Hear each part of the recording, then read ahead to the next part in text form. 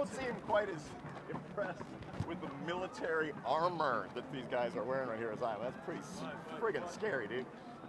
No, I mean, the message that's going to be happening inside the arena the next 4 nights is going to be a message of thinly veiled racism, thinly veiled misogyny, and open call for war crimes as foreign policy.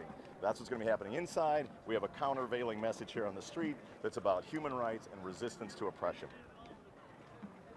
What is your, The end. What would you say your top issue is that you would like to see addressed? You got it, man. Stay safe. Yeah. What would you like to see addressed the most right I think now? that the top issue might be apathy and people having to realize that they have their hands on the wheel of history and that they cannot trust in hope of some political candidate waving a magic wand and making the world a decent and humane place. That's up to you.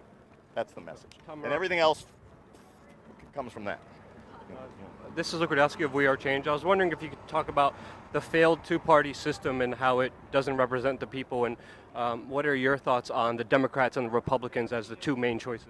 I think you just said. I mean, maybe you didn't need me to say it. I mean, it's the two parties perform the function that government's supposed to perform, and that is to cater to the needs of the people who own the country. That's what they do. They do it successfully. There was a little bit of disappointment from your fans when you said Hillary Clinton was the lesser of 3 evils.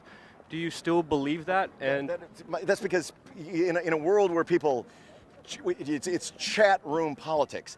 It was a misunderstanding of a sentiment. I was saying the people go into a voting booth and they either vote for the strongman racist demagogue, they vote for someone who dreams of a better world, or they hold their nose and vote for the lesser of 3 evils. That's what people do. That's not what I do. Mm-hmm. It was a misunderstanding. But then you have to explain yourself 75 times in interviews because chat rooms are what they are. Like, please, when I'm elected president, we will do away with chat rooms. It will not be a benevolent dictatorship. So you do not believe when it comes to Twitter. So you do not believe in voting for the lesser of 2 evils? I vote, but I am not in my public self an endorser of candidates that do not represent me or do not represent which I consider prophets of rage constituency, which are the people on the streets here. Do you think artists and musicians can be central to a kind of campaign against Trump? There's never been a successful social movement in this country that hasn't had a great soundtrack. Thank you. Yeah, you got it. Election. Yeah. They were horrible. Yeah. But one of them became president, and then we went to war in Iraq. Yeah. And my friend Thomas Young is dead. You know, like, he would be alive if he, so there are, and you know, and for pensioners who, you know, one candidate gets elected, they may be able to heat their homes in the winter in Chicago. Another one gets elected, and they won't, and they'll die. That's real.